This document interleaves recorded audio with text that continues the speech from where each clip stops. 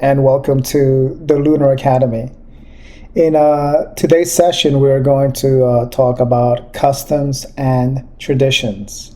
First, we will begin by looking at a general overview of customs, and then we will look at some ways in which we can break out of customs. So, the first thing to realize is that customs are inherited, right? We are born into them. We do not choose them. We adapt, customary ways of doing things simply for the fact that that is just how they have been done, generationally. There is really no rhyme or reason as to why, they're just simply done because that's just the way that it has been done. Now, this is not all bad, although there are certain things that we inherit that are not, very good for us. There's also many things that, are good, like music and, culture. But the parts that we do not like are, we inherit, our ancestors' anxieties and limiting beliefs and these ideas that keep us stuck in the past and prevent us from moving forward, from evolving as a human being.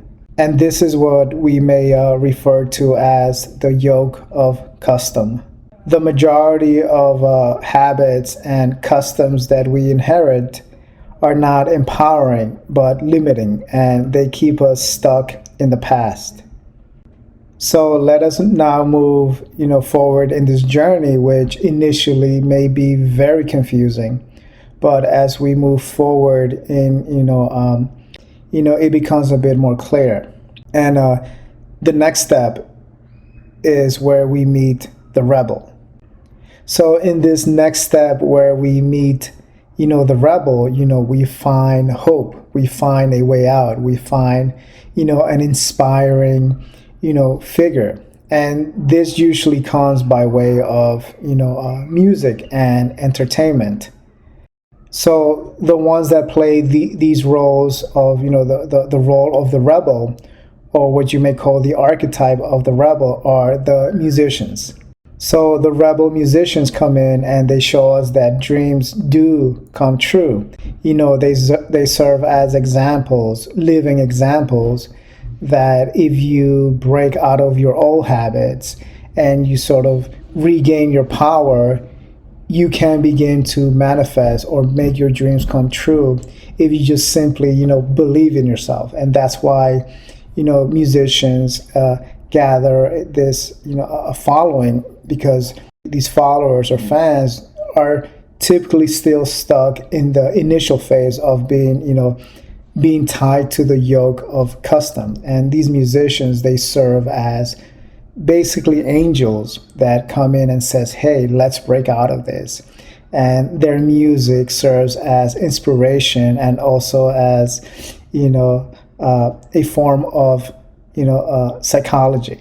So the rebel musicians are very inspirational because, you see them doing what they want to do, what their heart and soul wants to express, and there is nobody stopping them.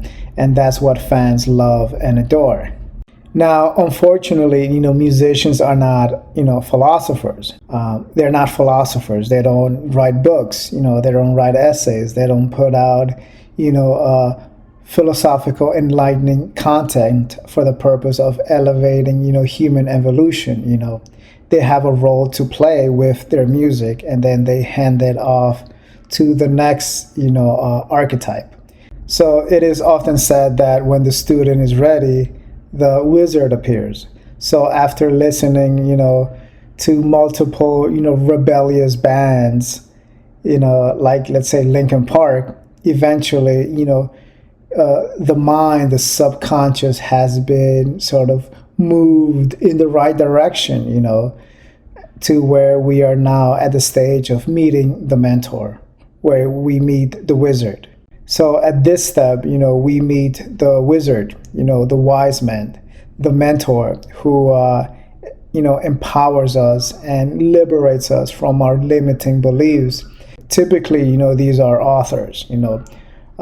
These mentors have written, dozens of books that they have left for the next generation to discover and to study and to apply and to eventually realize these skills.